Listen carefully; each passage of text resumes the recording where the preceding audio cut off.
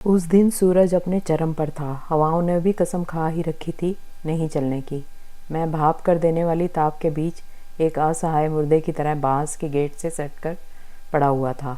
उस दिन खुदा से बस यही दरख्वास्त की कि मुझे पानी मिल जाए, इस गले में लगी आग को बुझाने के लिए बस पानी मिल जाए। पर हम सड़क पर रहने वाले कुत्ते का ऐसा नसीब कहाँ।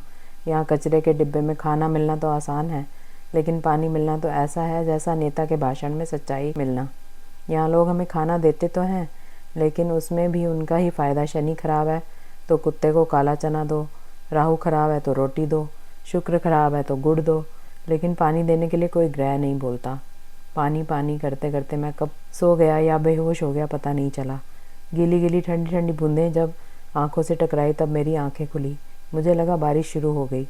मैंने जब खुदा को शुक्रिया कहने के लिए ऊपर देखा तो किरणों के क्रूर प्रहार से मेरी आंखें चौंधिया गई।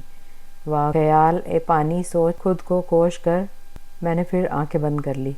इस बार फिर कुछ बूंदों ने मुझसे मुलाकात की। मैंने भी ख्याल पानी सोच आंखें खोली ही नहीं। अब बूंदों के साथ आवाज़ भी आने लगी, कल्लू कल्लू। वाह गजब था अब ख्याल आवाज़ भी। पर आवाज़ आना वो भी इंसानी, ये तो हकीकतें मुमकिन नहीं। मैंने भी अपनी सुस्ताई आंखों से आवाज़ की ओर देखा। वहाँ एक इंसानी लड़की थी जो मुझे बांस के गेट के उस पार से आवाज़ लगा रही थी। पहले तो मुझे यकीन मुकम्मल नहीं हुआ, लेकिन इस भरी दोपहरी में आवाज़ सुनने को मेरे अलावा कोई और था भी तो नहीं। सो मैं भी ऊँ कर उसकी ओर चमकती हुई आंखों से देखने लगा। शायद ये मुझ पर तरस खाए। उसने प्लास्टिक का डब्बा बांस के गेट के नीचे खाली जगह में से मुझे दिया। उसमें पानी था। शायद खुदा ने मेरी सुन ली या इस लड़की ने मेरी आंखें पढ़ ली। जो भी हो, पर मुझे पानी दे दिया उसने, उस परी ने। जब तक मैं पानी पी रहा था वो वहीं पे बैठ के मुझे देखे जा रही थी। मैंने पानी पी लिया था, लेकिन अब भी वो वहीं पे बैठी थी, धूप में पसीने में लथपथ। मैं भी फिर वही थोड़ी छाँव में बैठ गया। किसी जादूगर जैसे उसने एक बिस्कुट का पैकेट मेरे सामने रख दिया। वैसे ही अब खुदा इतना मेहरबान था बंदे पर, तो मैंने भी उनकी मेहरबानी आशीर्वाद समझ खा ही लिया। बिस्कुट खाने तक वो लड़की वहीं पे बैठी थी, माथे को कपड़े के एक लंबे टुकड़े में छुपाते हुए।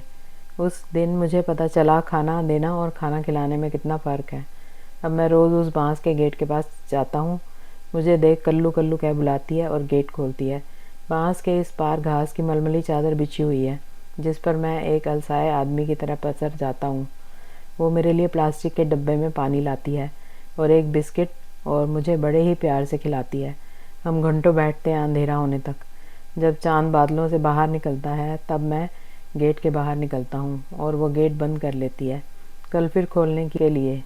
हम कुछ बोलते नहीं और नहीं ना ही हम एक दूसरे की भाषा समझते हैं, फिर भी हम जान जाते हैं एक दूसरे को।